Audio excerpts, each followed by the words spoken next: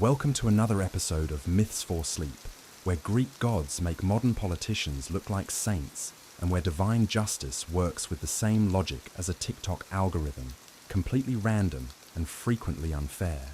Today we're talking about Medusa, the woman who suffered the first great cancellation case in Western history, where the victim got blamed and the perpetrator got likes from the other gods.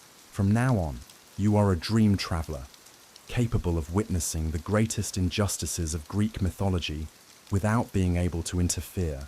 You can smell the incense from temples, hear divine gossip echoing through Olympus, and even taste the bitter flavor of hypocrisy that permeates this story. If you're not lying down, that's fine, but if you are, close your eyes, because your journey begins now to the marble corridors of Athena's temple, where one of the greatest injustices in ancient history is about to unfold. Before I get lost in divine tragedies like Pandora got lost in curiosity, if you're new to the channel, help me with that like button that's more stubborn than Zeus trying to maintain marital fidelity. If you're finding these stories more confusing than the Olympian family tree, tell me how I can improve in the comments. Subscribe to the channel, hit the notification bell, and tell me where you're watching from and what time it is there. I always wonder if I'm helping people question the morality of gods at 2 in the morning in Miami, or if someone is pretending to pay attention in a work meeting in London, while discovering that the ancient Greeks already had problems with workplace harassment. Chapter 1. The Young Priestess.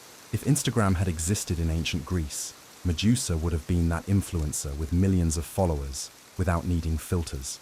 The kind of beauty that today would guarantee Victoria's Secret contracts and Vogue covers in the same month. Daughter of marine deities Phorcys and Sato, Medusa was born mortal, unlike her immortal sisters Stheno and Euryale, in a destiny plot twist that would prove crucial to her tragic story.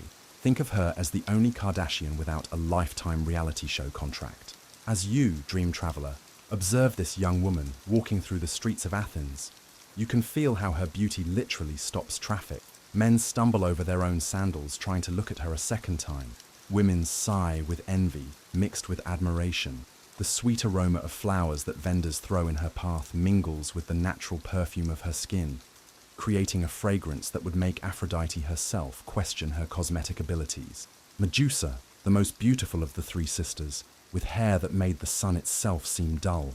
That's how poets described her, in a time when beauty standards were dictated by gods and not by social media algorithms. And we're not talking about common beauty. We're talking about the kind of perfection that made men lose their breath and women lose their self-esteem. It was a face that could launch 1,000 ships without even trying, as if Helen of Troy were merely the nice girl in class. But unlike modern influencers, Medusa chose the path of spiritual dedication rather than self-promotion.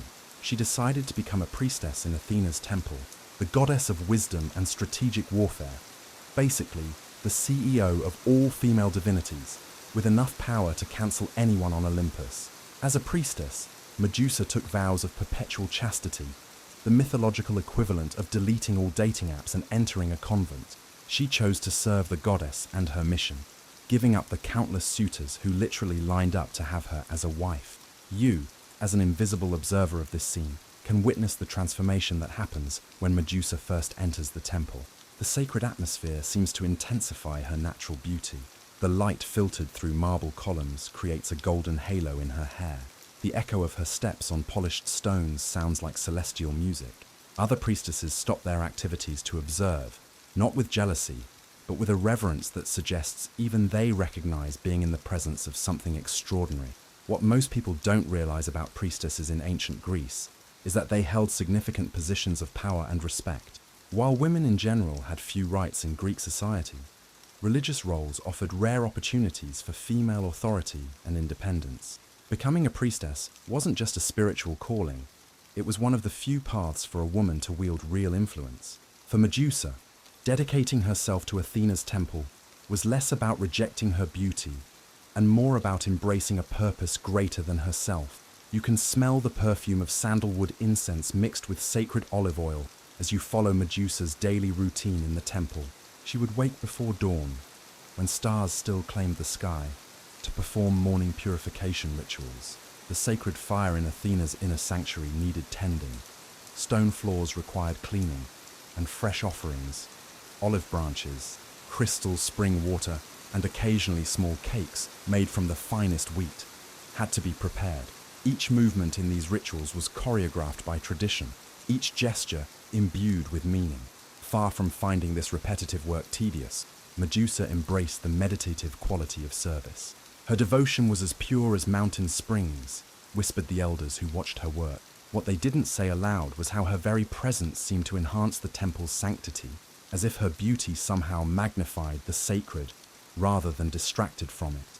Visitors who came to seek Athena's wisdom often found themselves staying longer than planned, watching the graceful movements of the golden-haired priestess as she went about her duties.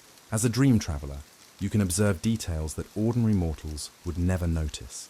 When Medusa moves her hair back during prayers, each strand seems to capture and reflect light differently, creating a visual spectacle that would rival the most beautiful sunsets over the Aegean. Her hands, when preparing sacred offerings, move with a precision that suggests years of training, but also with a natural grace that seems almost supernatural. And what magnificent hair it was, cascading down her back in waves that caught sunlight like liquid gold. When she performed ritual dances during festivals, her hair moved like a living entity, seeming to float around her as if defying gravity itself. Some whispered that Aphrodite, goddess of beauty, must have blessed Medusa's hair out of sisterly affection. Others, with more foresight, worried that such exceptional beauty might eventually attract divine jealousy. For in Greek mythology, standing out too much was often the first step toward tragedy. What made Medusa truly exceptional among Athena's priestesses wasn't just her beauty, but her intellect. She had a gift for languages, mastering not only different Greek dialects, but also the tongues of travelers who came from distant lands to worship. She could recite Athena's sacred poems from memory, her voice giving the ancient words new life. The elder priestesses, who might have resented such a perfect and young addition to their ranks, instead found themselves drawn to her humility and genuine desire to learn the deeper mysteries of their order. You, as a privileged observer, can witness these nighttime study sessions, where Medusa absorbs knowledge with an intellectual hunger that rivals her physical beauty. At night, when her duties were complete, Medusa would often climb to the temple's roof to study the stars. Astronomy was sacred to many Greek deities, and she meticulously tracked the movements of constellations, recording her observations on carefully preserved scrolls. The heavens hold patterns that reflect the gods' intentions, she once explained to a younger acolyte. If we learn to read these patterns, perhaps we might better understand divine will. This scholarly side of Medusa is often forgotten in later retellings of her story, which reduce her to either a beauty or a monster, never acknowledging the mind that existed before and after her transformation. As a dream traveler, you can feel the night breeze carrying the aroma of ancient scrolls and fresh ink as she works under starlight, her reed pen creating precise symbols that will map celestial movements for future generations of priestesses. As her reputation grew, so did the offerings left specifically in her name at the temple gates. Suitors who knew they could never have her still brought gifts, rare flowers, exotic fruits, finely crafted jewelry, hoping merely for a smile or a moment of her attention as she carried their offerings inside. Medusa accepted these gifts on behalf of the temple, never for herself, redirecting the admiration toward Athena. This grace in deflecting attention may have temporarily protected her from divine jealousy, but it couldn't last forever, because the gods watched, as they always did, and among those watching eyes were ones that saw her not with reverence, but with hunger. You can sense a subtle change in the temple's atmosphere during these moments, as if invisible forces were evaluating, measuring, planning. The sweet aroma of incense occasionally mingles with something saltier, wilder, a harbinger of the sea that doesn't yet make sense in this sacred environment dedicated to terrestrial wisdom.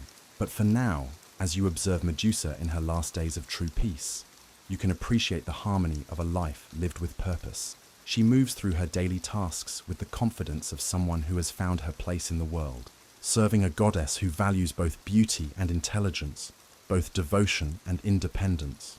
The cold marble beneath her bare feet, the comforting weight of her ceremonial tunic, the familiar sound of prayers echoing through the columns, all these sensory elements create a world where Medusa feels safe, protected, complete. This sense of security, This certainty that the sacred temple offers inviolable sanctuary will make the coming events even more devastating, for soon, the very walls that protect her will witness her violation, and the goddess she serves with such devotion will become the instrument of her final destruction. Chapter 2. The Temple of Athena. Athena's temple wasn't just a building. It was an architectural statement of female power in a male-dominated society, something like the Justice League headquarters, but with more Doric columns and less spandex. Here, Medusa found her purpose, like those millennials who abandon corporate careers to found non-profits, except she truly took her sacred vows seriously.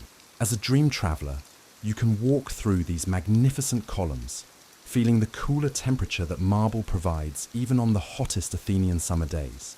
The Parthenon, as we know it today, wouldn't be built until centuries later, but the earlier temple that stood in its place was still a wonder of its time.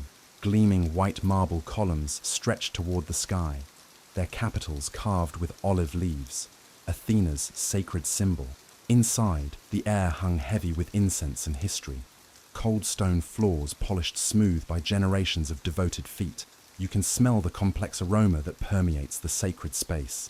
A mixture of olive oil burning in eternal lamps, myrrh incense imported from distant lands, and something more subtle, almost metallic, that seems to emanate from the stones themselves.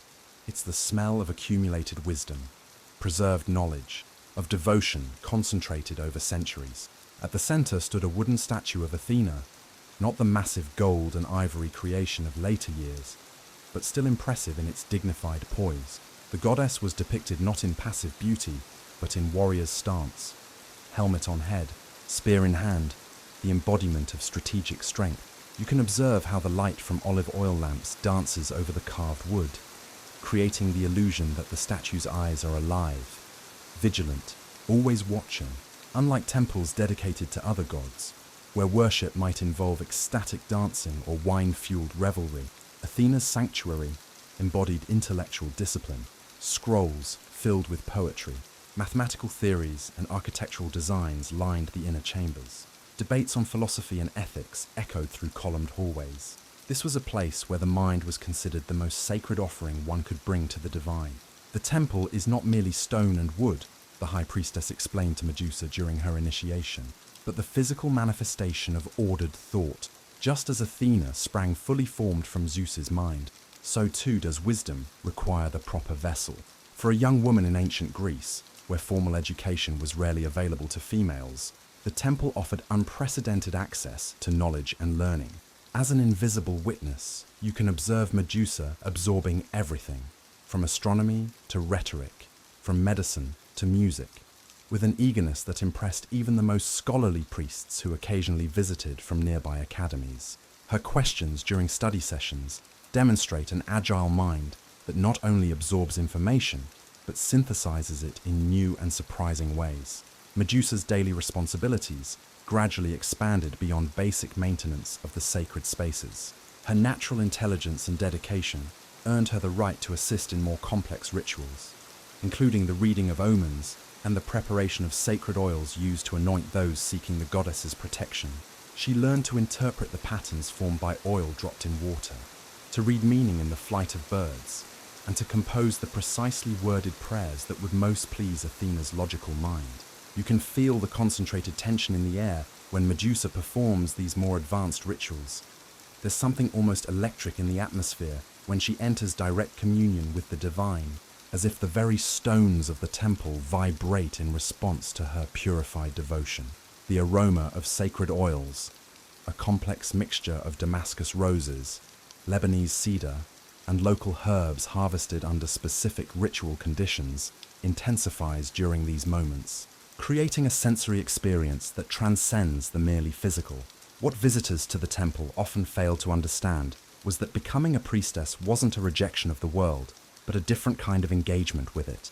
The women who served Athena weren't escaping from life, but embracing a version of it aligned with higher principles. For Medusa, whose beauty had always defined how others saw her, the temple offered something precious: recognition of her intellect, her dedication, her capacity for spiritual growth.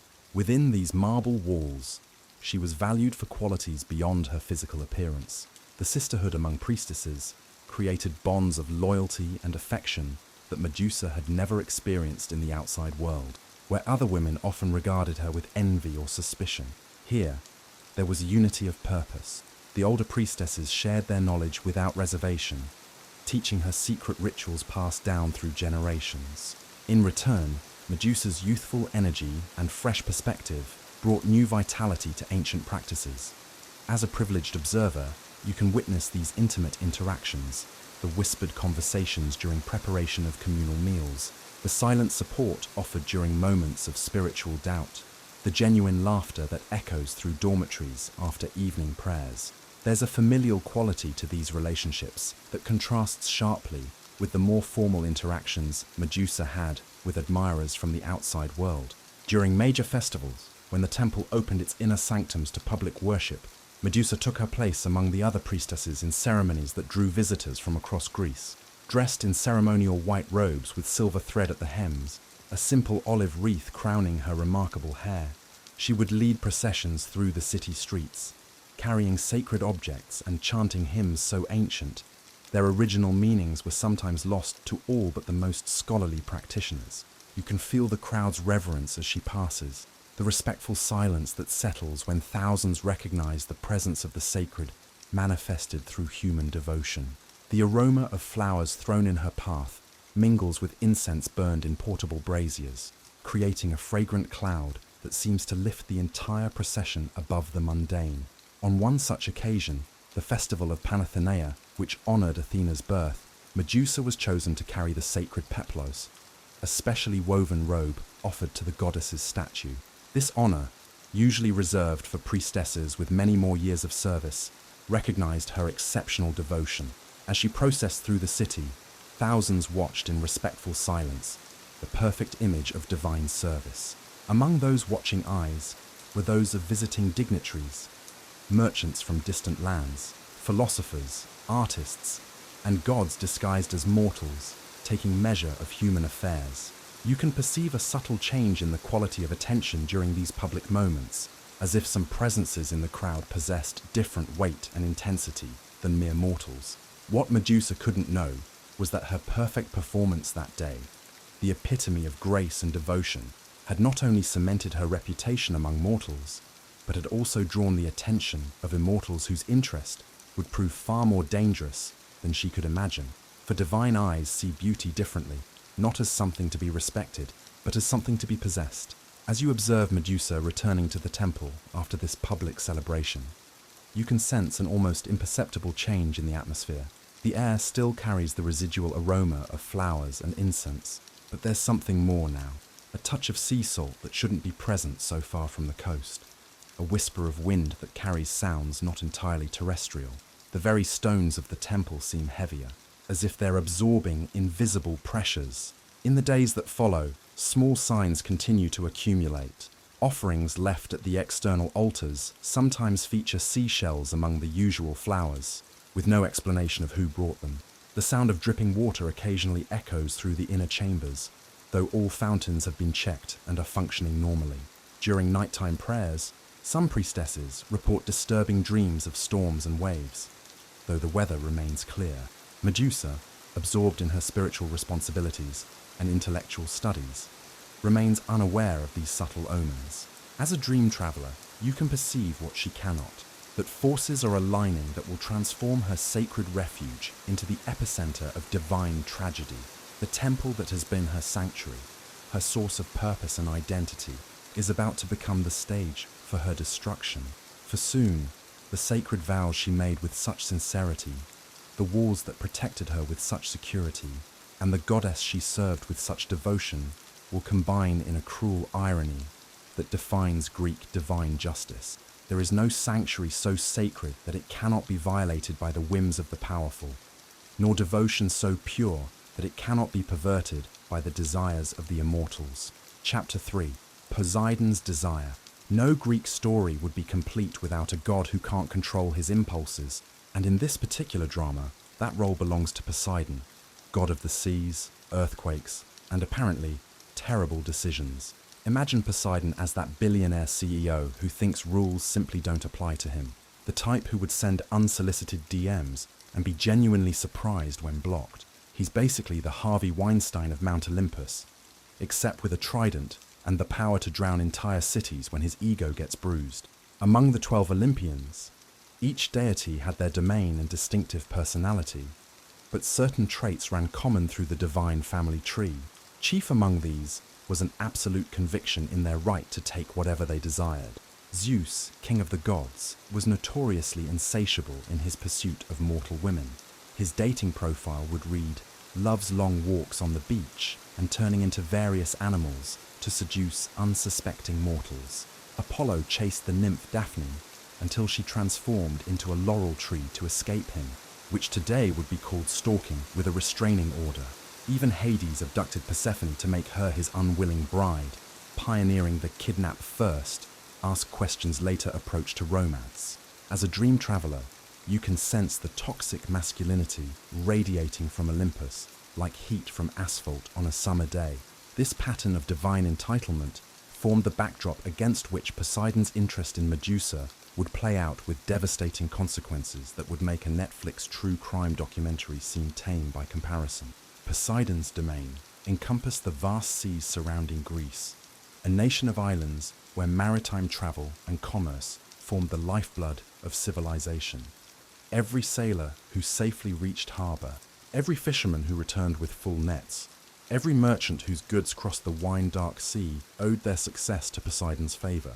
This made him not just powerful, but essential to Greek survival, creating a troubling dynamic where his worship continued regardless of his moral character. Like how people still use Amazon despite knowing how they treat workers.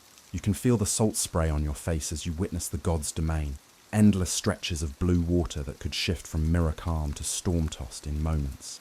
Reflecting his mercurial temperament, the ancient Greeks built grand temples on coastal cliffs to appease him. Festivals honored his power, and countless sacrifices were made to calm his legendary temper. Cities literally paid protection money to a divine mobster who controlled their economic lifeline. Lord of waters, both gentle and tempestuous, the hymns called him, acknowledging the dual nature of a god who could deliver abundant fish one day and shipwrecking storms the next. This unpredictability made him dangerous in ways that even battle-hardened Ares was not. While the war god's rage was straightforward, like a bar fight that starts and ends cleanly, Poseidon's moods shifted like the tides, his favor as difficult to predict as cryptocurrency prices. The first time Poseidon noticed Medusa wasn't during a grand ceremony or public festival, but on an ordinary day when she had been sent to collect seawater for a purification ritual. Temple custom required this water be gathered at dawn, when the boundary between night and day rendered it particularly potent for sacred use. Medusa, copper vessel in hand, had walked to a small, secluded cove known only to the priestesses, her path lit by the first tentative rays of morning sun that painted the sky in shades of pink and gold. As you observe this scene, you can smell the crisp morning air mixed with seaweed and salt, hear the gentle lapping of waves against smooth pebbles. As she knelt at the water's edge, filling her container with the rhythm of practiced movements, she sensed rather than saw a change in the sea before her. The gentle waves stilled unnaturally, the surface becoming mirror smooth despite the morning breeze. The hairs on her arms rose in instinctive warning moments before the water began to glow with an interior light that illuminated a massive form rising from below. Not threatening, not yet, but undeniably powerful. Poseidon chose to appear not in full divine glory, which would have instantly incinerated any mortal, but in a form meant to impress while still allowing interaction. Think of it as his approachable billionaire look, still obviously wealthy and powerful, but not so overwhelming as to immediately frighten away his target. Tall and powerfully built, with skin that held the blue-green undertones of deep water and hair reminiscent of white-capped waves, he emerged from the sea completely dry, his chiton seemingly woven from the finest silk, yet moving like liquid around his form. You can feel the supernatural charisma radiating from him, the kind of presence that makes mortals forget to breathe, that compels attention and admiration, even when rational thought suggests caution. The trident in his hand gleamed with a light that seemed to come from within the metal itself, a reminder that this casual conversation was taking place with a being who could reshape coastlines on a whim. Priestess of Athena, he acknowledged, his voice carrying the rumble of distant thunder over water. You come to take from my domain for use in my niece's rituals. It wasn't phrased as an accusation, merely an observation, but the underlying message was clear as a tsunami warning. Nothing in the sea was taken without his knowledge or permission. It was the equivalent of a mafia don, noting that someone was conducting business in his territory. Medusa, properly trained in the protocols for divine encounters, rare as they were, immediately lowered her gaze and offered the appropriate response. Great Poseidon, Earthshaker, we acknowledge your generosity in all gifts from the sea. The water is taken with gratitude and will be used in honor of the divine family to which you both belong. You can hear the slight tremor in her voice, the careful modulation that comes from someone who understands they're walking a verbal tightrope over shark-infested waters. Her perfect recitation of the ritual phrase seemed to amuse him. A smile curved his lips as he stepped closer, the movement somehow both fluid and predatory, like a shark circling before deciding whether to attack. You speak well for one so young in service. What is your name, priestess? As a dream traveler, you can sense the danger in this simple question. Names held power in ancient Greek belief, and gods asking for mortal names rarely boded well. It was like giving your phone number to someone who's been following you around the mall. Still, refusing to answer a direct divine question would have been both impossible and potentially fatal. I am called Medusa, Lord Poseidon, she replied, keeping her eyes fixed on the sand at his feet, maintaining the proper distance between mortal and immortal like a restraining order written in religious protocol. Medusa, he repeated, the name seeming to take on new meaning in his mouth, like a wine connoisseur savoring a particularly fine vintage. Guardian, protector, an interesting name for one who serves the goddess of strategic warfare. Look at me, Medusa. You can feel the impossible position this command created. Temple training strictly forbade direct eye contact with deities, who might take such presumption as an insult worthy of immediate divine punishment. Yet refusing a direct command from a god was equally forbidden, like being told to both stop and go at the same time by a traffic cop with a flamethrower. Caught between contradictory rules, Medusa compromised, raising her eyes only to the level of his chest, not his face. Poseidon laughed, the sound sending ripples across the unnaturally calm water surrounding them, like applause at a performance only he found amusing. Clever. You honor both your training and my command without fully satisfying either. Athena has taught you well. He moved closer still, closing the ritual distance between god and worshipper like a predator testing boundaries. But I wonder what else my niece has taught you about interactions with gods. Does she warn her priestesses about me specifically, I wonder? The conversation had taken a dangerous turn, and you can sense Medusa's growing fear beneath her practiced composure, like the calm before a hurricane, when even the birds know to seek shelter. Temple gossip included plenty of warnings about Poseidon's appetites, but priestesses were supposed to be protected by their sacred status.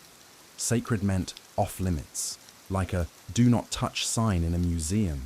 The god's next words shattered that illusion like a hammer through glass. You are exquisite, even by immortal standards, he said, reaching out to touch a strand of her golden hair with the casual entitlement of someone who had never been told no.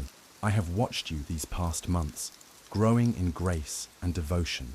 Such beauty shouldn't be hidden away in dusty temples, dedicated to a goddess who herself rejects the pleasures of love. You can smell the change in the air, the salt breeze suddenly carrying undertones of something predatory, like the moment before a storm breaks. Medusa took a careful step back, her training failing her in this unprecedented situation. No ceremonial response existed for rejecting a god's advances without giving offense. It was like trying to politely decline an invitation from someone holding a gun. Great Poseidon, I am honored by your notice, but I have taken sacred vows to Athena that prevent me from vows to Athena, he interrupted, his amusement turning to something darker, like storm clouds gathering on a previously clear horizon. My niece takes what doesn't belong to her. First Athens itself, which should have been under my patronage, and now the most beautiful women of Greece, locked away from appreciation. The sea behind him began to churn, reflecting his changing mood like a barometric pressure drop. Perhaps it's time she learned that not everything she claims remains exclusively hers. You can witness how this ancient grudge transformed a god's casual interest into something more dangerous. The rivalry between Poseidon and Athena over Athens had festered for generations, and now Medusa had become an unwitting symbol in their ongoing power struggle, like being caught between two divorced parents who used their children as weapons against each other. That morning by the sea ended without further incident, Poseidon vanishing back into the waves with a final appraising look that left Medusa shaking like a leaf in a windstorm. But it marked the beginning of his pursuit, a pursuit that would continue with increasing intensity over the weeks to come, as the sea god's initial appreciation hardened into obsession, and finally into something far more dangerous: wounded pride. You can observe how each subsequent encounter escalated the tension. Gifts would appear at the temple's seaside entrance: perfect shells, rare pearls, exotic seaweeds that glowed with bioluminescence. Other priestesses found these offerings beautiful and mysterious. Medusa recognized them as increasingly pointed messages from an admirer who refused to accept rejection.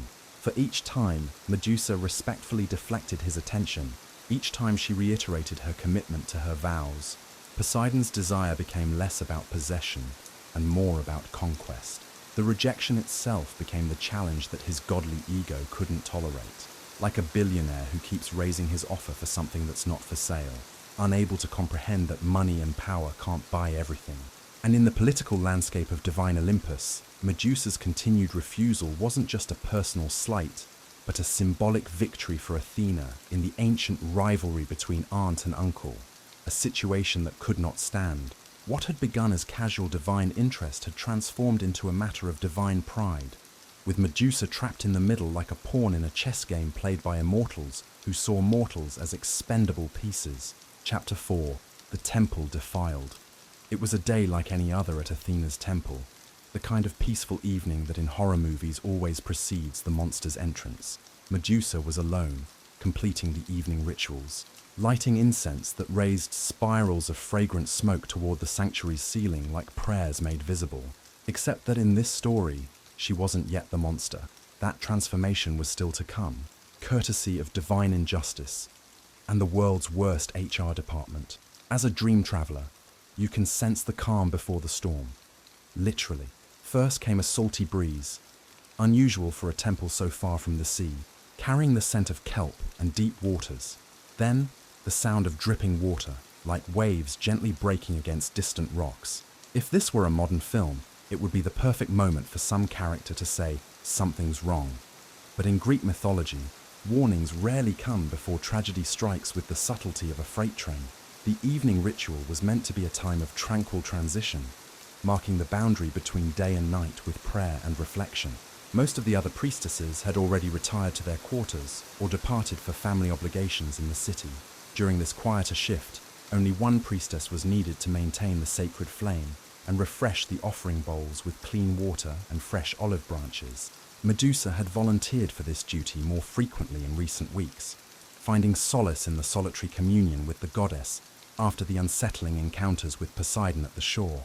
You can feel her false sense of security, the way she had nearly convinced herself that the incidents had been singular events, that the sea god's interest had been momentary and would find a new focus. This hope sustained her through days of nervous glances toward the horizon, through nights of restless sleep, interrupted by dreams of rising water. But as she moved through the temple's inner sanctum that evening, the familiar stone suddenly cold beneath her bare feet. She was about to learn a fundamental truth about divine persistence. Gods don't take no for an answer. The scent of salt and seaweed invaded the sacred space, overwhelming the delicate fragrances of incense and oil lamps like a tsunami of unwanted attention. The water in the offering bowls began to tremble, then rise, defying gravity to form shimmering spheres that floated in mid-air, the kind of supernatural flex that screams, "I have arrived, and I'm not taking no for an answer." "Clever Medusa," came a voice that seemed to emanate from the temple walls themselves, like a divine public address system announcing the end of sanctuary. "Avoiding the shore where I might easily find you, taking refuge in my niece's house where protocol and family politics should keep you safe." The floating water crashed down, splashing across the stone floor in a display that was part divine power, part tantrum.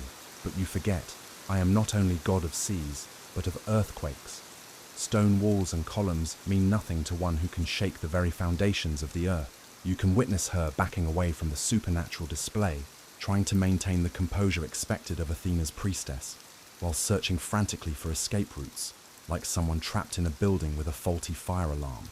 The main entrance lay 20 paces behind her, but instinct told her Poseidon would never allow her to reach it. Gods have a talent for blocking exits when they want something. The private passage used by priestesses led to sleeping quarters, a direction she refused to retreat toward, understanding the dangerous implications of leading a pursuing god toward bedrooms. Lord Poseidon, she managed, her voice steadier than her hands.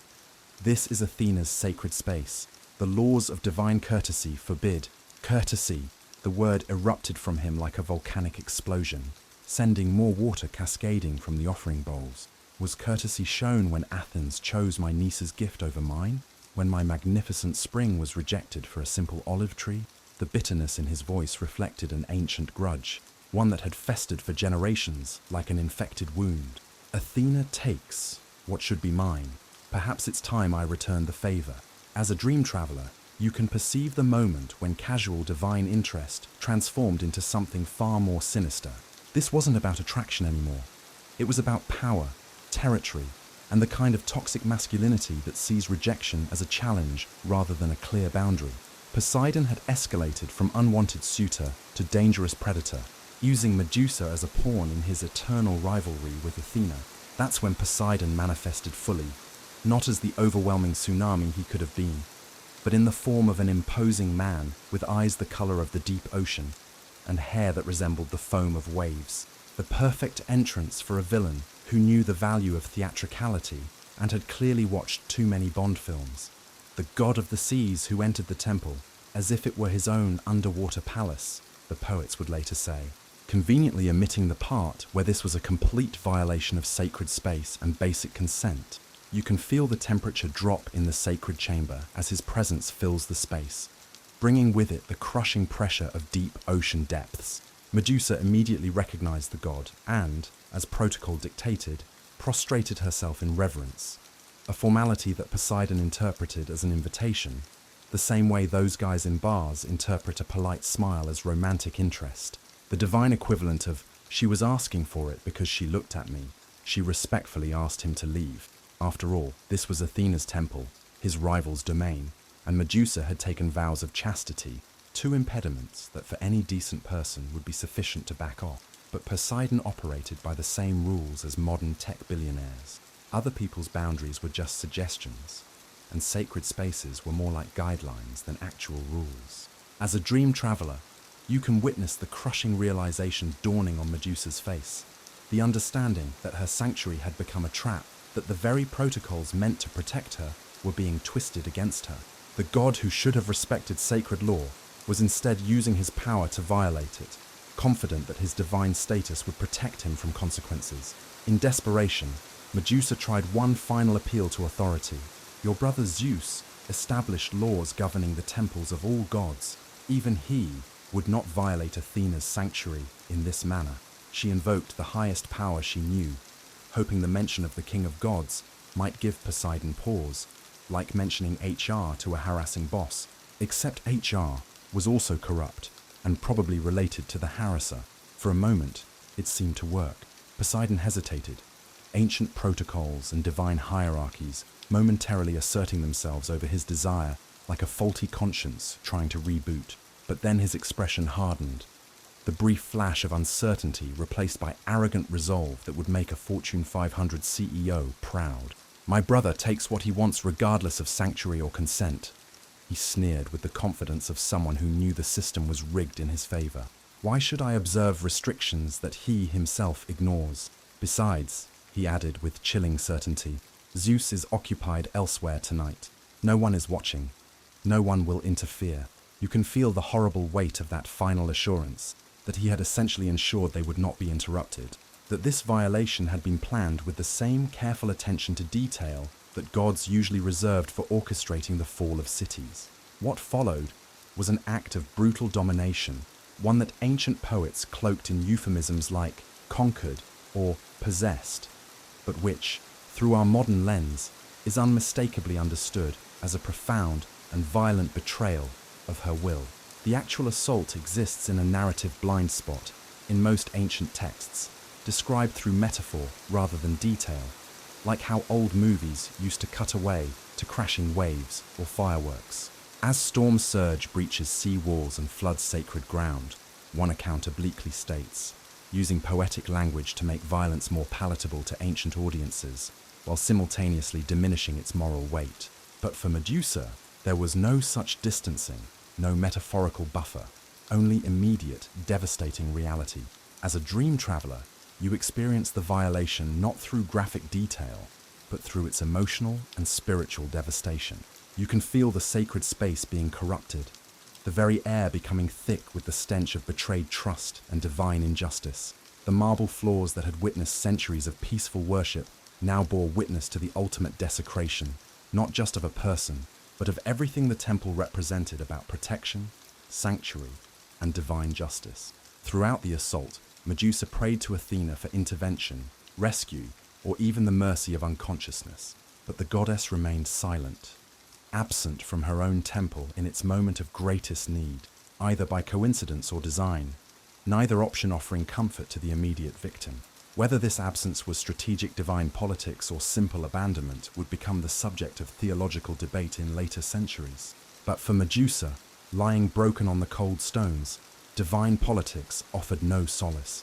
When it was finally over and Poseidon withdrew, returning to the sea as casually as someone leaving a restaurant after dinner, completely untroubled by what he had done, Medusa remained on the temple floor, her tears mixed with the salt water left by the god, creating a bitter cocktail of trauma and divine indifference. The temple that had once been her refuge was now defiled, her vows broken against her will by someone who treated sacred promises like terms of service agreements, technically binding for mortals, completely ignorable for those with power. You can witness the physical evidence of violation that was impossible to conceal.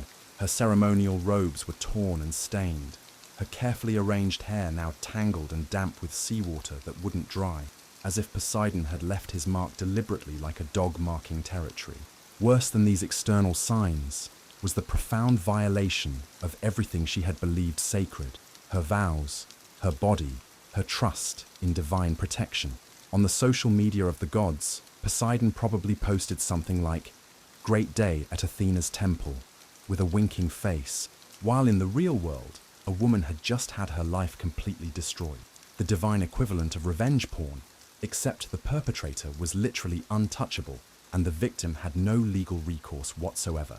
As dawn approached, bringing with it the arrival of other priestesses for morning rituals, Medusa faced an impossible choice that survivors of assault still face today: report the violation and risk not being believed, or potentially face retaliation from someone with the power to destroy not just her, but everyone she cared about.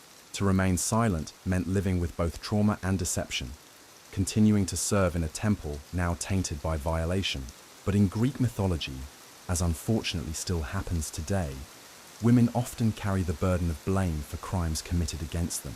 And when the offended party is a vengeful goddess with a superiority complex and serious issues around her own rejected sexuality, the consequences can be literally monstrous. Chapter 5. The Wrath of Athena. There are bad reactions to discovering workplace harassment, and then there's Athena's response upon learning what happened in her temple. Think of her as that HR manager who, instead of punishing the executive who assaulted an employee, fires the victim for causing disruption in the workplace and failing to maintain professional boundaries. Except Athena had divine powers, so her version of "you're terminated" involved permanent physical transformation and eternal curses that would make any wrongful termination lawsuit look like a parking ticket. The goddess of wisdom arrived not in the gentle manifestation of light she sometimes used for her devoted followers, but in a crackling storm of energy that shattered several of the temple's oil lamps like an angry teacher slamming books on a desk. The marble floor trembled beneath her feet, not with Poseidon's earthquake power, but with the concentrated force of divine rage that could make a Category 5 hurricane seem like a light breeze. Her legendary grey eyes, usually described as thoughtful and penetrating, now blazed with a metallic fury that reflected in the bronze surfaces of the temple's decorations like spotlights of judgment. As a dream traveler, You can feel the terror radiating from the few priestesses who had arrived for morning duties, scattering like startled birds and pressing themselves against walls and behind columns. They understood instinctively that divine wrath was unpredictable and often indiscriminate in its targets. Like being near an explosion, it didn't matter if you were innocent. Proximity to the blast zone was dangerous enough. Only Medusa remained in the center of the sanctuary, still kneeling in the same spot where she had spent the night, too emotionally and physically shattered to flee. You can see her torn between hope and terror, hope that her beloved goddess had finally arrived to provide comfort and justice, terror at the volcanic fury radiating from the divine presence. "You!" Athena's voice resonated not just through the air, but seemed to vibrate inside Medusa's very bones like a tuning fork of accusation. "How dare you bring such impurity into my sacred space?" The accusation hung in the air with the subtlety of a sledgehammer, its injustice so profound that even the other priestesses exchanged uncertain glances. Surely the goddess could sense what had truly occurred. Surely wisdom itself could distinguish between willing participation and violation.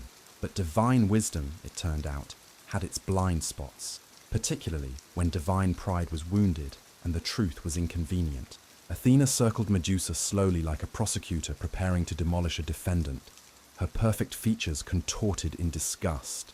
"My own priestess, consecrated to virginity and devotion, coupling with my greatest rival in my own temple. There is no greater insult, no more profound desecration." You can witness the moment when Medusa finally found her voice, though it emerged as little more than a whisper. "Goddess, I was attacked. I did not invite or welcome." "Silence!" The command carried divine compulsion, and Medusa's voice died in her throat, as if physically strangled by invisible hands. "Do you think I cannot see the truth, that I am blind to what occurred here?" Athena's tone suggested she indeed believed she knew exactly what had happened, but her interpretation twisted reality into something unrecognizable, like looking at a crime scene through a funhouse mirror. As a dream traveler, you can perceive the tragic irony unfolding. The goddess of wisdom was demonstrating a fundamental lack of understanding about consent, power dynamics, and victim blaming that would make a medieval judge seem progressive. "I have watched you these many months," she continued, "taking increasing pride in your beauty, accepting adoration from visitors that should have been directed to me." This victim-blaming revelation showed something unexpected about the goddess of wisdom. Her capacity for jealousy ran deeper than the Mariana Trench. Throughout Greek mythology, Athena was portrayed as above the petty emotions that plagued other gods, particularly those related to physical beauty and desire. She had rejected suitors both divine and mortal, priding herself on her intellectual rather than physical gifts like the ultimate, not like other girls deity. Yet faced with a priestess whose beauty had drawn not just mortal admiration, but divine desire, even unwanted, violent desire, something primordial and deeply unwise awoke in the goddess. It was like discovering that the most professional, competent person in your office was actually seething with jealousy over a co-worker's Instagram follower count. What made this reaction all the more bewildering was that Athena, born directly from Zeus's forehead after he swallowed her pregnant mother, because Greek mythology makes zero sense, was supposed to embody strategic thinking, the ability to see beyond immediate emotional responses to the wisest course of action. If anyone should have recognized Poseidon's pattern of predatory behavior, it was her. If any deity should have protected a violated priestess, it was the goddess whose domain included just warfare and righteous defense. Instead, Athena chose the path of victim blaming with the enthusiasm of a Twitter mob, a response so sadly familiar across human history that it suggests even divine wisdom can be corrupted by power, privilege, and good old-fashioned slut-shaming. "What occurred between you and Poseidon has already become whispers among the divine," she continued, her voice dropping to dangerous softness. "Zeus himself raised an eyebrow at my inability to maintain order in my own sanctuary." This revelation offered a glimpse into the divine politics at play. Athena's concern seemed less for her priestess's well-being and more for her own reputation among the Olympians, like a celebrity more worried about PR damage than actual harm done. The goddess, who should have been Medusa's protector, had instead become the final instrument of her destruction, all because divine ego proved more powerful than divine compassion. You can sense Medusa's growing desperation as she attempted one final appeal. Please, I have served you faithfully. I never sought his attention. Your very existence seeks attention, Athena interrupted, with the coldness of a judgment pronounced by someone who had clearly never dealt with unwanted male attention in her immortal life. Your beauty itself is an act of hubris in a temple dedicated to wisdom rather than physical form. She raised her hand, which began to glow with concentrated divine energy like a weapon charging up. If beauty has made you a target, and beauty has brought defilement to my temple, then beauty shall be your undoing. The transformation began with a single touch to Medusa's forehead, a gesture that might, in another context, have been a blessing. Instead, it became the first moment of a curse that would echo through millennia of mythology, the ultimate victim-blaming response. If you can't handle being beautiful without getting assaulted, then I'll make sure no one ever wants to look at you again. As a dream traveler, you can witness what the other priestesses saw, their former sister beginning a metamorphosis that would transform her from victim to monster, courtesy of a goddess who confused punishment with justice. The divine logic was crystal clear in its injustice. The rapist faced no consequences and continued his immortal existence without interruption, while the victim bore the full weight of divine vengeance for a crime she had not committed. You can smell the change in the air, the sweet incense of the temple now tainted with something metallic and dangerous, like copper pennies and ozone before a thunderstorm. What none would speak of in the official telling was the fact that Poseidon, the actual violator of the temple's sanctity, faced no consequences at all. His reputation remained unchanged, his power unchallenged, his divine status unquestioned. In the cosmic inequality of Olympian justice, this double standard hardly raised divine eyebrows. After all, Zeus himself had a long history of similar behavior with equally unbalanced consequences. He was basically the Harvey Weinstein of mythology, except his victims got turned into bears or stars instead of being blacklisted from Hollywood. The pattern was as old as divinity itself. Gods acted as they pleased, and mortals, especially female mortals, paid the price for divine desire, divine jealousy, and divine rage. Some myths are timeless in the worst possible way, reflecting power structures and gender dynamics that persist across millennia. Medusa's transformation wasn't just a fantastical punishment, it was a codification of victim blaming that would influence how society treats assault survivors for thousands of years to come. The monster had been created not by inherent evil, but by systematic injustice, divine gaslighting, and a justice system that protected perpetrators while punishing victims. As Athena prepared to complete her punishment, you can witness the birth of one of mythology's greatest tragedies. Not the creation of a monster, but the destruction of a woman who had done nothing wrong except be beautiful in a world where power meant never having to hear the word no. Chapter 6. The Transformation. Medusa's transformation wasn't one of those instant makeovers from reality shows. It was a torturous metamorphosis that served as a spectacle for Athena's divine wrath, like a public execution designed to send a message. Imagine the worst migraine you've ever experienced. Multiply it by 1,000. Add the feeling of your entire identity being rewritten at the cellular level, and we still don't come close to what Medusa endured when her hair began to twist and transform into living serpents. The divine energy flowing from Athena's fingertip spread across Medusa's scalp like liquid fire, each point of contact birthing new agony that made childbirth look like a spa day. Let these locks you so prize, that draw sinful gazes, become your curse, the goddess pronounced with the satisfaction of someone who thought they were delivering poetic justice rather than victim blaming with supernatural consequences. As a dream traveler, you can witness the beginning of this horrific process. What started as a tingling sensation quickly escalated to unbearable pain, as though each follicle were being individually extracted and replaced with something alien and wrong. Medusa's first scream echoed through the temple, causing the remaining priestesses to cover their ears like they were standing next to a jet engine. But as the transformation continued, her very voice began to change, her human cries morphing into something multi-toned and inhuman, as if multiple creatures were vocalizing simultaneously through one throat. You can smell the acrid scent of divine magic mixing with human pain, like ozone and copper pennies. with undertones of something reptilian and wild. The priestesses who had known her, served alongside her, and in some cases even envied her beauty, now backed away in mounting horror as they watched their sister become something entirely other. The physical transformation proceeded with deliberate slowness, not the merciful quickness of other mythical metamorphoses, but drawn out like a medieval torture session. Athena wanted her former priestess to experience every excruciating moment of becoming other, to feel each stage of losing her humanity like pages being torn from a book. Each strand of golden hair darkened first to copper, then to a deep, venomous green before separating from its neighboring strands and developing a life of its own. "Look," gasped one of the younger priestesses, pointing with a trembling finger as the first fully formed serpent emerged from Medusa's scalp. You can see its miniature jaws opening to reveal needle-like fangs, a forked tongue testing the air for the scent of fear and confusion. Another followed, then another, each birth bringing fresh waves of agony until Medusa's once beautiful head writhed with dozens of serpentine creatures, hissing and undulating with independent consciousness. But Athena's curse was comprehensive in its cruel thoroughness. The goddess of strategic warfare never did anything halfway. The transformation didn't stop with hair replacement. It was a complete rebranding of the human form.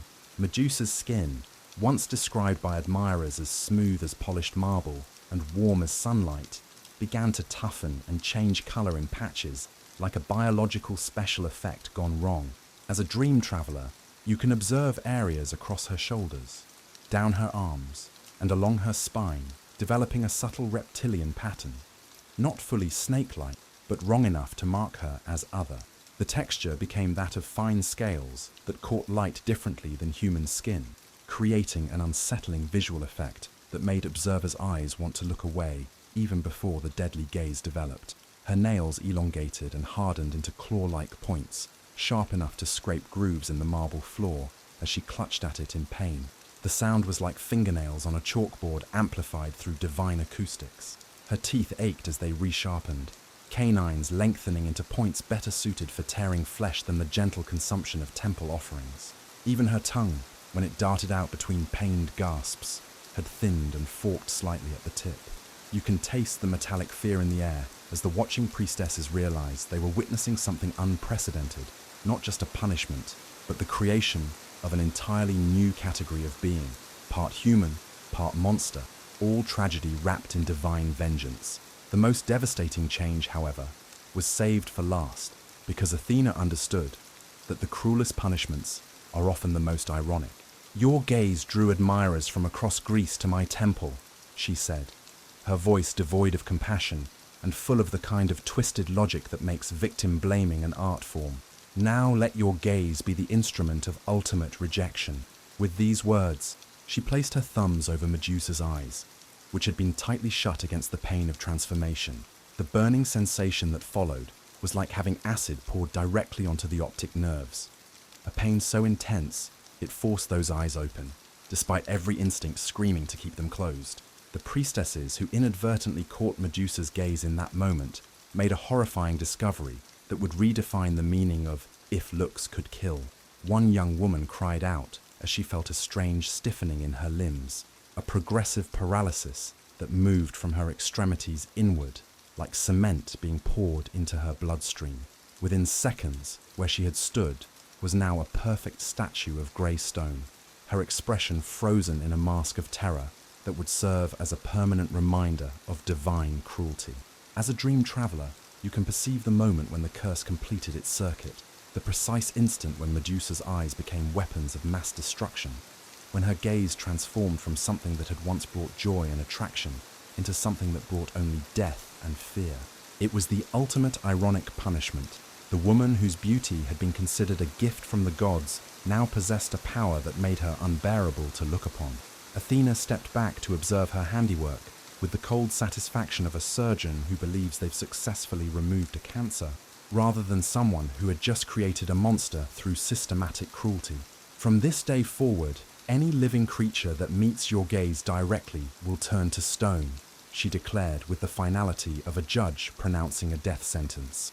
"No one will ever again look upon you with desire or admiration, only fear, if they have time to feel anything at all before they become monuments to your monstrosity. This final aspect of the curse was perhaps the most calculated cruelty in a punishment already overflowing with it. Athena, goddess of wisdom and strategy, understood that humans are fundamentally social creatures who need connection to maintain sanity. By rendering Medusa unable to meet another's gaze without destroying them, she ensured her former priestess would experience not just physical transformation, but complete social death, an isolation more punishing than any bodily change could be. You can witness the psychological impact hitting Medusa like a second wave of transformation. As the physical changes completed, the full implications of her new existence began to dawn. She would never again see another human face, never receive a genuine smile, never experience the simple human connection of shared eye contact. Athena had transformed her into a living embodiment of loneliness, a creature whose very nature prevented the basic social interactions that make life worth living. As the transformation completed, Medusa curled into herself on the temple floor like a broken bird, her new form settling into its permanent state. The serpents that had replaced her hair moved with more coordination now, some rising defensively, while others dripped venom onto the marble in patterns that looked disturbingly like tears. Her breathing had changed rhythm, becoming the shallower, more rapid pattern of a creature caught between human and reptilian physiologies. "You are no longer welcome in this temple or any human dwelling," Athena pronounced her final judgment with the bureaucratic efficiency of someone closing a case file. "Leave Athens before sunset, or I will have you hunted down like the monster you have become." With this pronouncement, the goddess vanished in a flash of cold light, leaving behind the scent of olives and metal, her characteristic divine aura now tinged with the sharper edge of vengeance satisfied. The remaining priestesses fled in terror, unable to look directly at their former sister, fearing both her deadly gaze and any divine association that might bring Athena's wrath upon them as well. Only one elderly priestess, nearly blind from age, dared approach close enough to leave a simple traveling cloak within Medusa's reach. "Take this and go quickly," she whispered, with the kindness of someone who understood that sometimes mercy comes from those who can no longer see clearly enough to be afraid. The goddess's wrath, once awakened, knows no limits.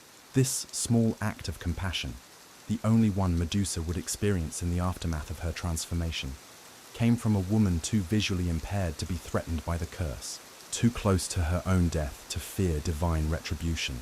It was a reminder that sometimes humanity persists in the most unexpected places, even when the gods themselves have abandoned all compassion. Left alone in the temple that had been her home and purpose, Medusa faced her first challenge as a new being: how to navigate a world where looking at anyone meant their death. Using reflections in the temple's polished bronze decorations, she caught glimpses of her new form: the writhing crown of serpents, the altered texture of her skin, the glowing quality of her eyes that now carried petrifying power. As a dream traveler, you can observe the moment when she truly sees herself for the first time since the transformation, not through the eyes of others, but through her own reflection in hammered metal. The creature looking back at her was neither fully monster nor fully human, but a terrible hybrid caught between states. Her face still held recognizable features of her former beauty, now rendered uncanny by their juxtaposition with inhuman elements. This half-transformation was perhaps the most psychologically devastating aspect. Had she been changed completely into a uniform monster, she might have more easily shed her human identity and consciousness. Instead, she remained Medusa in mind and partial form, forever reminded of what she had been and what had been taken from her by divine injustice and victim blaming, masquerading as justice. Chapter 7. The Petrifying Gaze. The power to transform living beings to stone with a mere look wasn't just a curse. It was a meticulously designed prison that made Alcatraz look like a vacation resort. Athena, always the strategist, had crafted the perfect punishment. Not only would Medusa appear monstrous, but she would be physically incapable of maintaining any human connection. It was like the goddess had created an invisible force field around her former priestess, except this field turned anyone who penetrated it into a permanent garden statue. As a dream traveler, you can witness Medusa's first terrifying experiments with her new reality. Leaving Athens proved to be a harrowing journey that established the patterns she would follow for the rest of her existence. Moving only by night, her eyes downcast or completely covered, developing an acute sensitivity to sounds and smells that would help her detect the presence of living creatures before a fatal glance could occur. The serpents proved unexpectedly useful in this adaptation, their forked tongues tasting the air like biological early warning systems. They responded with distinctive movements when humans or animals approached, a slight coiling when something small was near, an agitated writhing when larger prey was detected, a defensive spreading when potential threats were sensed. It was like having a crown of living security cameras, if security cameras could also kill you with their gaze. During that first week of exile, Medusa discovered the full extent of her curse through a series of heartbreaking accidents that would haunt her for the rest of her existence. A curious child who spotted her resting in a cave and approached with the fearless innocence of youth, wanting to help what looked like a hurt woman. A shepherd, searching for a lost goat in the twilight hours, calling out friendly greetings before his voice cut off mid-syllable. A merchant traveling between cities who offered help to what he thought was a lone woman in distress, his kindness rewarded with eternal stone sleep. You can feel the emotional weight of each encounter, not just deaths, but the destruction of hope, curiosity, and human kindness turned into monuments of tragedy. Each victim remained as a stone figure, their expressions frozen in that final moment of realization and horror, their faces capturing the exact instant when helpfulness became petrification. Each accidental killing carved away another piece of Medusa's humanity, like a sculptor working in reverse, chiseling away life rather than revealing it. The guilt became almost unbearable, a psychological weight that made her physical transformation seem minor by comparison. She developed rituals of penance for each unintentional victim, composing mental elegies for lives she had unwittingly ended, imagining the families and futures they had lost because they had simply crossed her path at the wrong moment. "I carry a gallery of the dead with me wherever I go," she whispered to herself during one particularly dark night, a rare moment of self-reflection that acknowledged how the curse functioned as double punishment, transforming not just her appearance, but forcing her to become an unwilling killer, collecting victims whose stone faces would forever remind her of her monstrous power. The mechanics of the petrification process itself were as fascinating as they were horrifying, like watching a biological weapon operate at the cellular level. As a dream traveler, you can observe how the transformation began the instant living eyes met Medusa's gaze, spreading outward from the point of contact like rapidly hardening clay or cement being poured into a human mold. Those who saw her from a distance had a fraction of a second to register what was happening. Enough time for terror to register on their faces, but not enough to cry out or flee. The expression of dawning horror became permanently etched in stone, creating an archaeological record of her victims' final moments. Closer encounters were even more immediate, giving victims no time to process their fate before they became permanent monuments to divine cruelty and cursed existence. The stone itself was a perfect preservation of the moment, not rough rock, but fine-grained marble-like material that captured every detail with museum-quality precision. Individual eyelashes, the weave of clothing, even the texture of skin remained perfectly preserved, as if the victims had been dipped in liquid marble that hardened instantly. Had the circumstances been different, the artistic world might have marveled at such perfect statuary appearing mysteriously across the Greek countryside. Most disturbing was Medusa's growing suspicion that consciousness might not immediately end with petrification. On several occasions, she observed tiny fractures appearing on the surface of her newest creations hours after transformation, hairline cracks that seemed to follow patterns of stress, as if the consciousness trapped within was still fighting to escape its stone prison. You can witness her horror at this possibility, the idea that her victims might still be aware, trapped eternally in unmoving stone bodies, conscious but unable to speak, move, or die. The implications were too horrifying to contemplate at length, adding another layer of torment to her cursed existence. Were they still in there, screaming silently behind stone eyes? The thought drove her deeper into isolation, determined to minimize the risk of creating more potential prisons for unwilling souls. Over time, Medusa learned that reflections were safe. She could look at a person's reflection in water or polished metal without triggering petrification. This discovery provided small comfort, allowing her to at least know when someone was approaching without immediately endangering them. She began carrying a small bronze disc, once a temple decoration she had grabbed during her frantic flight from Athens, using its reflective surface to navigate when movement was absolutely necessary. The serpents that replaced her hair developed into distinct entities with what seemed like individual personalities and awareness. While never completely under her control, they responded to her emotional states and intentions with increasing coordination. Like having a crown of mood-sensitive pets, when she was calm, they moved in gentle, almost hypnotic patterns that created a strange kind of beauty. When threatened or distressed, they rose like a crown of living weapons, hissing warnings that served as another deterrent to approach. Most remarkably, the serpent seemed capable of limited communication with other reptiles in the wild. Snakes would not flee from her as they did from other humans, instead approaching in curious investigation of the strange hybrid being who carried their kind on her head. Through this unexpected connection, Medusa gained her first companions since the transformation, wild serpents that would sometimes travel alongside her for short distances, bringing small prey animals they had killed as apparent offerings to their crowned sister. The creatures humans fear most became my only friends, she reflected during one such encounter, watching as a large viper coiled comfortably near her resting place, seemingly untroubled by her presence. There was bitter irony in this new affinity.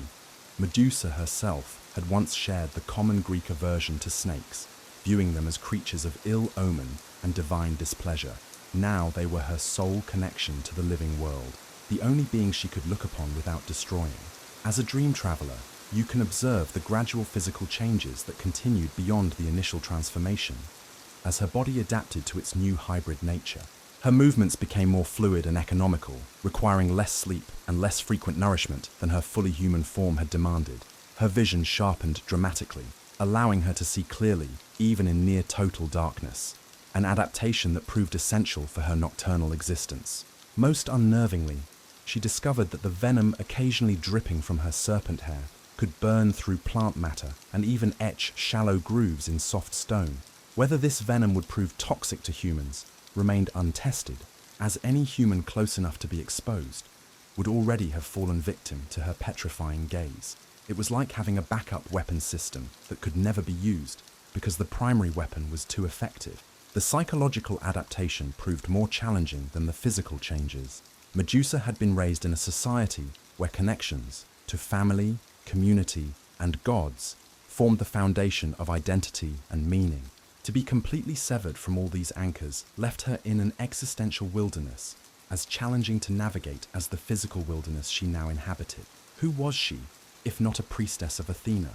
What purpose remained for a life that could only bring death to others? These questions haunted her nights, when even the limited activity her new existence allowed came to a complete halt.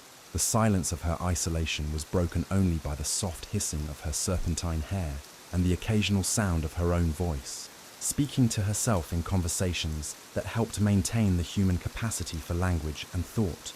Gradually, through necessity and the simple human instinct for survival, Medusa began constructing a new identity from the fragments of her shattered old one.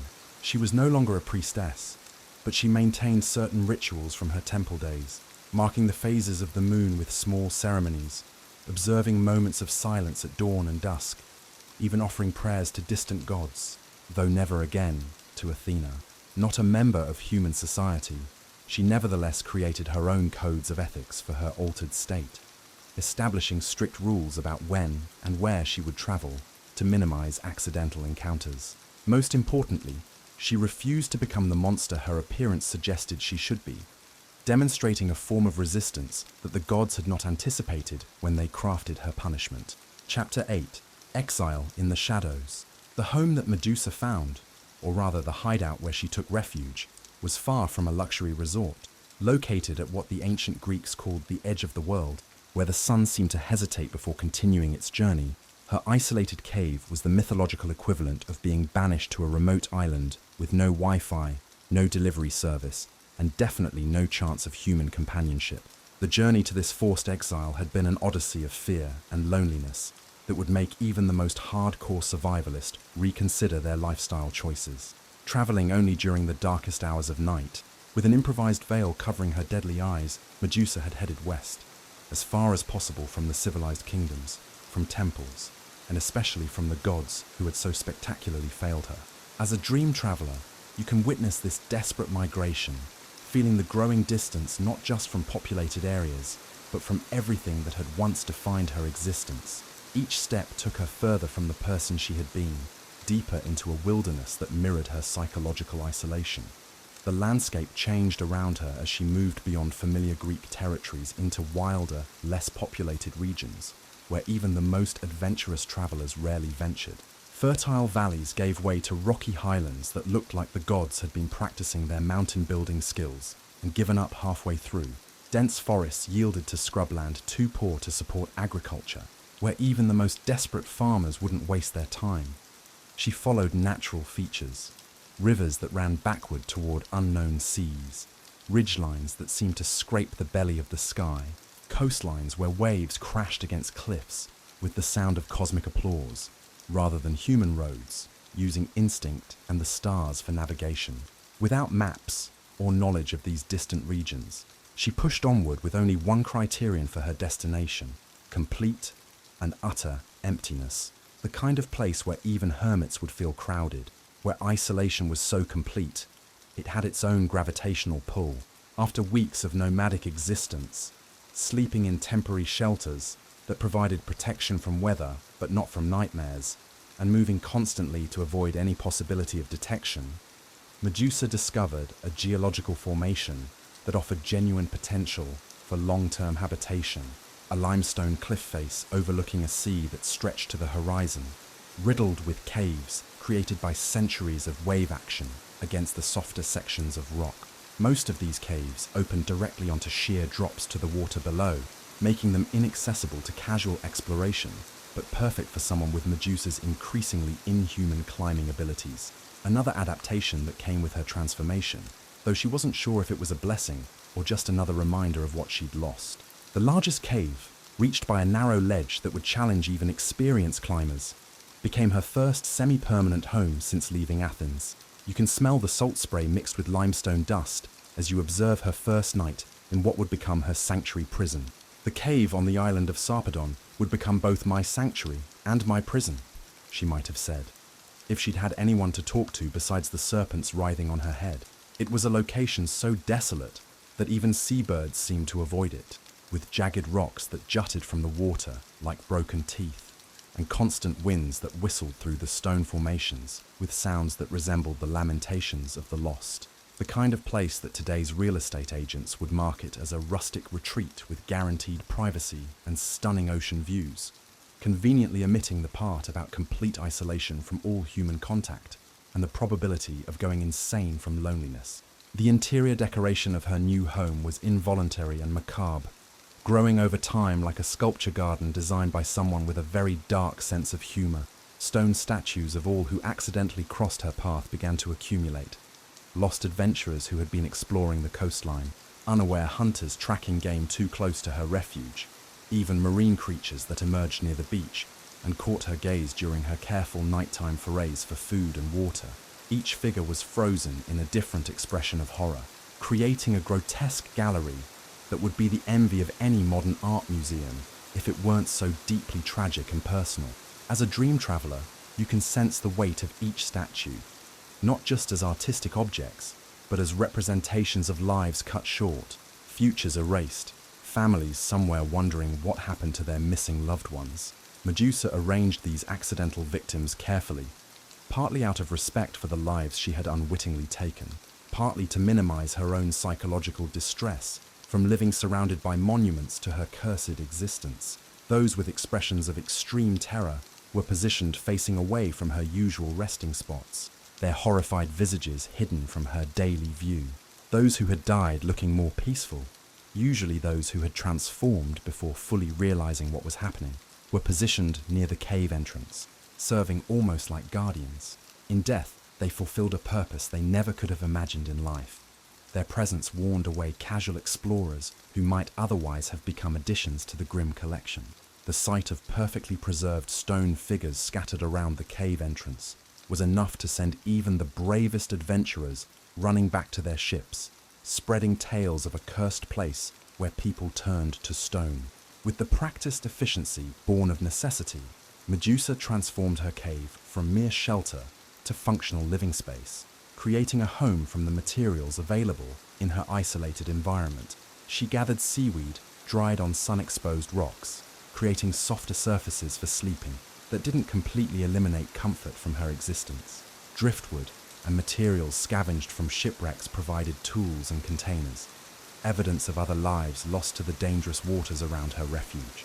Rainwater collected in natural depressions in the cave ceiling provided fresh water, supplemented by freshwater sources she located on higher portions of the island during cautious nighttime explorations.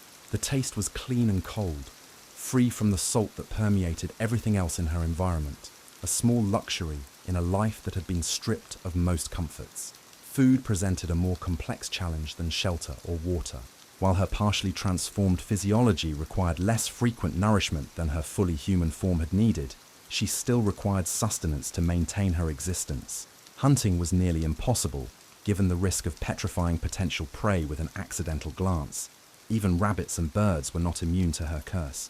Instead, she developed techniques for passive food collection that would make any survival expert proud. Simple traps that could be set and retrieved in darkness, fishing lines left in strategic locations and checked before dawn, wild plants whose edibility she learned through careful experimentation that sometimes left her sick for days, but gradually built up knowledge of what was safe to consume. The serpents in her hair, with their keen senses and ability to strike with surgical precision, eventually became partners in this survival effort. They could detect small prey animals hiding in rock crevices, sometimes capturing them without Medusa's direct involvement or risk of eye contact, in a strange symbiosis that highlighted the bizarre nature of her existence. The creatures that marked her monstrosity also helped ensure her continued survival. Seasons passed in this liminal existence, neither fully living nor permitted to die, like being trapped in an endless waiting room where no one ever calls your number. Summer heat baked the limestone cliffs until the cave interior became stifling during daylight hours, making her nocturnal lifestyle even more necessary. Winter storms lashed the coastline with fury that matched Medusa's darkest emotions, waves crashing against the cliff base with impacts that trembled through the stone and reminded her that even nature possessed more power and freedom than she did. Spring brought wildflowers to the island's higher reaches, visible from her cave entrance, but never approached during daylight hours for fear of destroying their brief beauty with her gaze. She could only admire them from a distance, like everything else, beautiful in a world that had become a museum she could visit, but never truly experience. Isolation began to affect Medusa in ways both expected and surprising, creating psychological challenges that her physical transformation hadn't prepared her for. The absence of human contact created a profound loneliness that sometimes manifested as imagined conversations with her stone victims, who became an unwilling audience for her thoughts and fears. She gave them names, backstories, personalities, constructing an artificial community from those who had unwittingly become permanent fixtures in her exile. This practice hovered between healthy coping mechanism and concerning delusion, but in the absence of any real human connection, it provided essential psychological comfort and a way to maintain her capacity for social interaction, even if it was entirely one-sided. More positively, the solitude offered unexpected opportunities for intellectual growth and self-reflection that would have been impossible in her previous life as a temple priestess. Without society's constant expectations and judgments, Medusa discovered aspects of herself that had been suppressed or undeveloped during her time serving others' spiritual needs. Her priestess training had included basic literacy, which she maintained by writing in the sand during nights when moonlight was sufficient for the task. She composed poems and songs that no one would ever hear, developed complex mathematical calculations to track celestial movements with an accuracy that would impress modern astronomers, and created elaborate stories that existed only in her memory, entire mythologies of her own creation that helped pass the endless nights. In becoming a monster, I discovered parts of my humanity that civilization had never allowed to flourish, she reflected during one particularly clear night, watching stars wheel overhead from the cliff edge near her cave. The irony wasn't lost on her. that only in complete separation from humanity had she found freedom to explore the full range of human intellectual and creative capacity. But even as she adapted to her solitary existence and found unexpected sources of meaning in her isolation, dark clouds were gathering on the horizon of her story. Tales of the Gorgon, with the deadly gaze, had begun to spread through travelers' accounts and sailors' stories, growing more elaborate and terrifying with each retelling. Details became exaggerated as stories traveled. One woman with serpent hair became 3 monster sisters. Her reluctance to harm became bloodthirsty hunting. Her hidden existence became guard duty over fabulous treasures. As her legend grew, so did interest among glory-seeking heroes looking to make their names by defeating famous monsters. The age of heroes was dawning, and with it would come challenges that would test not just Medusa's physical abilities, but her determination to remain human in spirit, despite her monstrous form. Soon, the careful equilibrium she had established in her exile would be shattered by the arrival of those who saw her not as a victim of divine injustice, but as a trophy to be claimed and a monster to be slayed. Chapter 9. The Unexpected Pregnancy. Among all the cruel aspects of Medusa's punishment, perhaps the most perverse was the one she remained unaware of for months after her transformation. Poseidon's assault had left more than just trauma in its wake. As her body adapted to its new monstrous form, life grew within her womb, a consequence of violence that would complicate her already impossible existence in ways she could never have anticipated. The first signs were subtle enough to dismiss as part of her ongoing physical adaptation. Occasional waves of nausea at dawn, when the boundary between night and day made her most vulnerable to memories of her former life. Unexpected fatigue during her normally active night hours, when darkness should have energized her transformed physiology. Strange cravings for foods she had previously avoided, particularly items from the sea that carried the taste and scent of her attacker's domain. As a dream traveler, you can observe how these changes initially seemed minor compared to the dramatic transformation she had already undergone. In her isolated existence, with no one to notice or comment on subtle shifts in her behavior and appetite, Medusa attributed these symptoms to the continuing effects of divine curse, her body still settling into its new hybrid nature. But as weeks passed into months, the signs became impossible to ignore or explain away.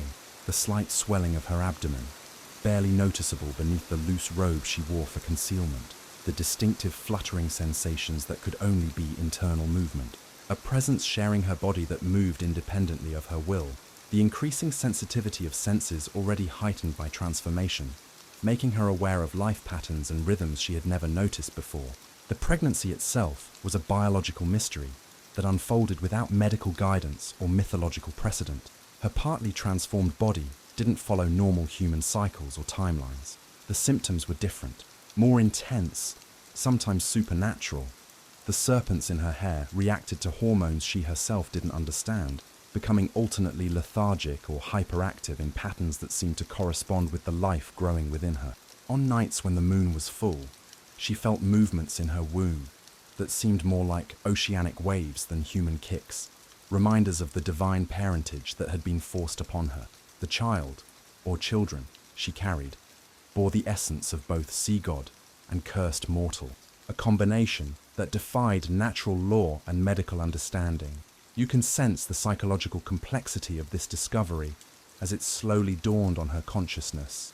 Initial shock gave way to a storm of contradictory emotions, resentment that her body continued to bear consequences of violence done to her, fear about what kind of creatures her unusual state might produce, anxiety about giving birth alone in complete isolation, and, most surprising to her, occasional moments of protective instinct toward the growing lives within her. The nature of the conception constantly reminded her of trauma she was still processing. Each movement inside her was both a promise of life and a reminder of violation, a daily resurrection of the worst moment of her existence.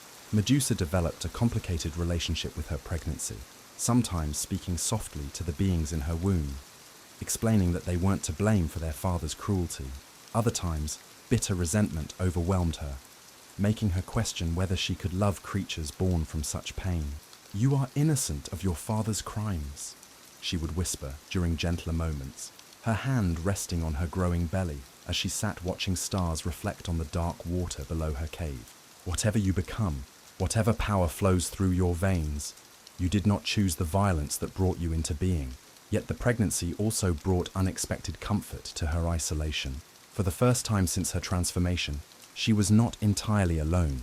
The presences within her provided companionship of a sort, beings who would be connected to her by blood and shared existence, who might be the only living creatures capable of looking upon her without turning to stone.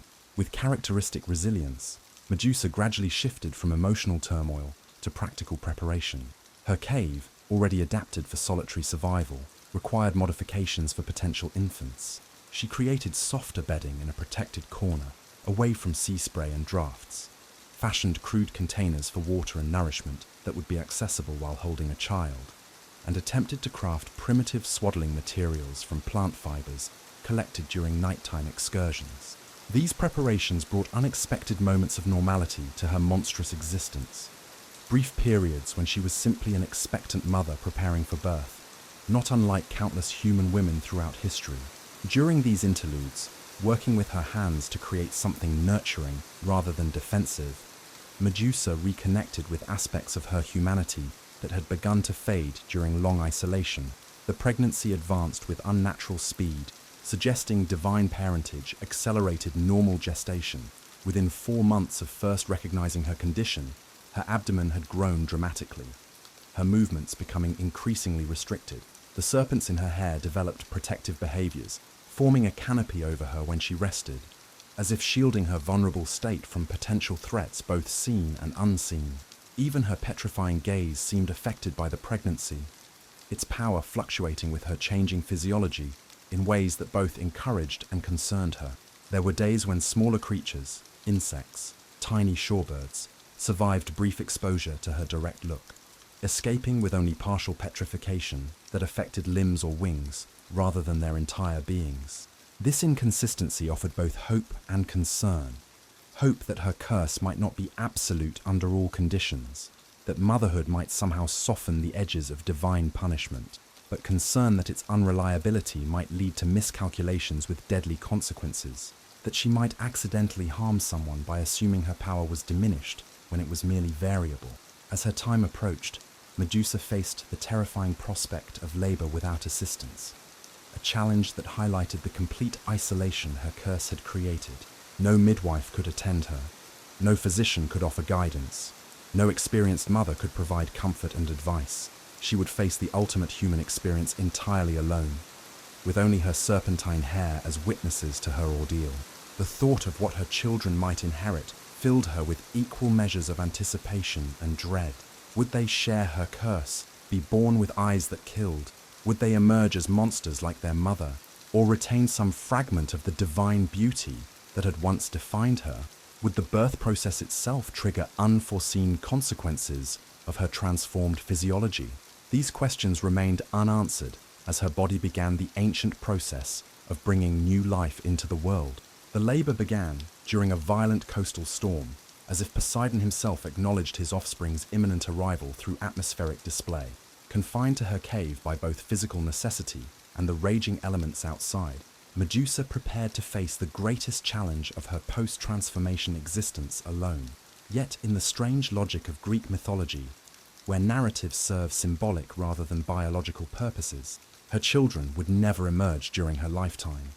The peculiar divine pregnancy remained suspended in mythological time, neither progressing to normal birth nor resolving through natural processes. In most tellings of her tale, Medusa's offspring, Pegasus the winged horse, and Chrysaor the golden sword giant, would spring fully formed from her neck at the moment of her beheading by Perseus. This grotesque mythological birth, posthumous, violent, yet resulting in beings of beauty and power, represented one of mythology's strangest transformations. Her children, conceived in violation and gestated within a cursed mother, would nonetheless achieve their own legends, unburdened by their traumatic origins. Pegasus particularly would become a symbol of inspiration and divine favor, his monstrous parentage largely overlooked in celebration of his beauty and service to heroes who would never acknowledge the injustice that preceded his existence. During her solitary pregnancy, Medusa sometimes sang lullabies no one else would ever hear, using the voice that had once led temple hymns to create music for ears that might never exist to appreciate it. The serpents would grow still during these rare moments, as if listening or perhaps responding to vibrations that carried maternal love rather than cursed isolation. These brief interludes of tenderness existed alongside her continued vigilance against would-be heroes, creating a strange duality between her roles as expectant mother and legendary monster. She wondered what knowledge she should pass to her children, whether they would need to understand their divine heritage or be burdened unnecessarily by it. What Medusa couldn't know was that her children would ultimately achieve a form of redemption denied to her. While her legacy would remain complex and misunderstood, her offspring would transcend their origins, suggesting that something of value could emerge even from the most tragic circumstances. Chapter 10. The Final Sentence. While Poseidon continued his immortal existence unimpeded, celebrated in temples and honored with festivals, Medusa had become prey for glory hunters, her name synonymous with terror in Greek legends that grew more distorted with each telling. The woman who had once embodied divine beauty and devotion was now remembered only as a monster to be slain.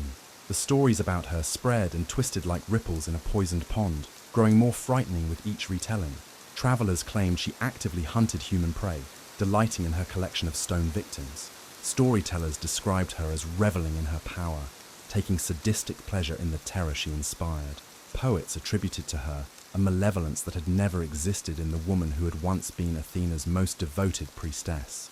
These fictional embellishments served important cultural functions, transforming a victim of divine injustice into a threat that required elimination. The narrative reconstruction followed familiar patterns in mythology, where female figures who suffered divine punishment often underwent similar posthumous character assassination. The truth of her story, violation, victim blaming, and unjust punishment, was buried beneath layers of heroic necessity. As a dream traveler, you can perceive how this mythological revisionism served the psychological needs of a society that couldn't acknowledge the fundamental injustice of her fate. It was easier to accept her as an evil that needed defeating, rather than a victim of the same gods they worshipped. Easier to celebrate heroes who killed monsters than to question divine morality. Meanwhile, on Mount Olympus, the gods continued their eternal existences, untouched by consequences or reflection. Poseidon, having used Medusa as both object of desire and instrument of rivalry against Athena, had moved on to new obsessions and conflicts without a moment's consideration for the life he had destroyed. For immortals, mortal suffering registered as momentary entertainment at most, briefly engaging but ultimately insignificant against the backdrop of endless divine existence. Even Athena, goddess of wisdom and strategic thinking, appeared to give no further thought to the priestess she had so dramatically punished. In the divine economy of attention, Medusa had served her purpose as object lesson and cautionary tale. She was now relevant only as potential trophy for some future hero who might earn divine favor through her defeat. The profound injustice of transforming a victim into a monster warranted no divine reconsideration, no moment of reflection on whether wisdom had truly been served by such disproportionate vengeance. The gods moved forward, leaving mortal consequences in their wake, like debris from a divine storm. King Polydectes of Seriphos had developed designs on Perseus's mother, Danae, and sought to remove the protective son who stood between him and his desires. The solution presented itself in the form of a seemingly impossible quest to bring back the head of the fearsome Gorgon, whose very gaze meant death. It was a mission expected to end in Perseus's destruction, solving the king's problem permanently, while appearing to honor the young hero with a glorious undertaking. Unlike previous would-be monster slayers, Perseus would come equipped not just with courage and weapons, but with divine sponsorship specifically designed to overcome Medusa's defenses. The same pantheon that had punished her for being a victim now conspired to ensure her destruction. Athena provided a polished shield to avoid direct eye contact, turning her own curse into the instrument of her defeat. Hermes offered winged sandals for swift movement and escape. Hades contributed a helm of invisibility for tactical advantage. The cosmic injustice would complete its circle, punished by gods for suffering divine assault, then hunted with divine assistance to serve a mortal king's selfish schemes. Her entire existence from the moment of Poseidon's violation had been shaped by others' desires, others' politics, others' narratives, never by her own choices or meaningful agency. You can witness the approach of this final chapter in her story, sensing the convergence of forces that had been set in motion years earlier. Perseus, guided by divine gifts and driven by necessity rather than malice, would find his way to her island refuge. Unlike the random glory seekers who had occasionally threatened her exile, he would come prepared for victory, equipped to turn her own curse against her.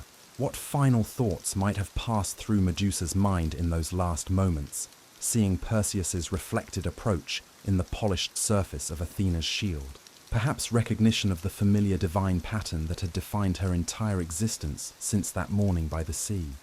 Perhaps resignation at the inevitability of a fate she had long anticipated.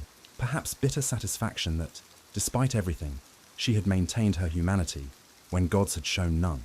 Or perhaps, as some versions suggest, there was relief, an end to isolation, constant vigilance, and the burden of a power she had never wanted or chosen. Death, when it came, might have represented not defeat, but release from a punishment that had already taken everything except her technical existence. In a life devoid of meaningful connection, community, or hope for redemption, even the violence of beheading could be construed as a form of mercy. The ending of a story that had been tragedy from its beginning, written by gods who confused cruelty with justice and punishment with wisdom. What remained certain was that in death, as in her transformed life, Medusa would continue to be defined by others rather than by her own truth. Her severed head would become a symbol detached from her actual story, her power appropriated by those who had orchestrated her destruction. Perseus would use it to defeat his enemies and save others. Athena would place it on her aegis, incorporating the very curse she had created into her divine iconography. Medusa in death would be reduced to tool and symbol, her humanity forgotten in service to heroic narratives that required clear villains and righteous victories. The complexity of her actual story, a study in divine capriciousness and gendered double standards, would disappear beneath simplified tales of monster-slaying necessity. Perhaps the most profound injustice in this mythological tragedy was not the transformation or even the execution, but the posthumous misrepresentation. Medusa's enduring legacy in classical tradition became that of quintessential monster, a being so horrible that heroism was defined by her defeat. Her name entered language as shorthand for terrifying female power. Her image decorated temples and shields as warning against threats to ordered society. Nothing remained in popular memory of the devoted priestess violated in sacred space. Nothing acknowledged the fundamental innocence of a woman punished for being victimized. The victim blaming that had defined her transformation extended into eternal misremembering, ensuring that even death would not restore justice to her story. Reflective closing. As we reach the end of Medusa's story, we find ourselves confronting questions that echo far beyond the boundaries of ancient myth. Her transformation invites us to examine who was truly monstrous in this tale, the woman who suffered violence and bore unjust punishment with dignity, or the gods who abused their power to condemn an innocent victim for their own failures of justice and compassion. Through millennia, Medusa's story has been told primarily from the perspective of the hero who defeated her, reducing her to a one-dimensional symbol of terror that heroes must overcome to prove their worth. Yet when we examine the complete narrative with eyes unclouded by heroic necessity, we discover not a monster's tale, but a deeply human tragedy about power, injustice, and the resilience of the human spirit under impossible circumstances. What makes Medusa's myth particularly resonant today is how clearly it reflects patterns we continue to observe in our own society. The dynamics of victim blaming, the double standards applied to the powerful and the vulnerable, the transformation of victims into villains to serve larger narratives. These elements persist across cultures and centuries, suggesting that some aspects of human nature and social structure remain painfully consistent. Medusa didn't choose to become a monster. That identity was imposed upon her by divinities who prioritized their own pride and political considerations over justice and basic humanity. Her story reminds us that monstrosity is often created rather than born, forged in the crucible of injustice and shaped by the failure of those with power to exercise it responsibly. Perhaps the most disturbing aspect of her tale is how the actual perpetrator, Poseidon, never faced consequences for his actions. While Medusa lost everything that defined her existence, suffering transformation, exile, and eventual death, the god who initiated the entire tragedy continued his immortal life without reflection, remorse, or accountability.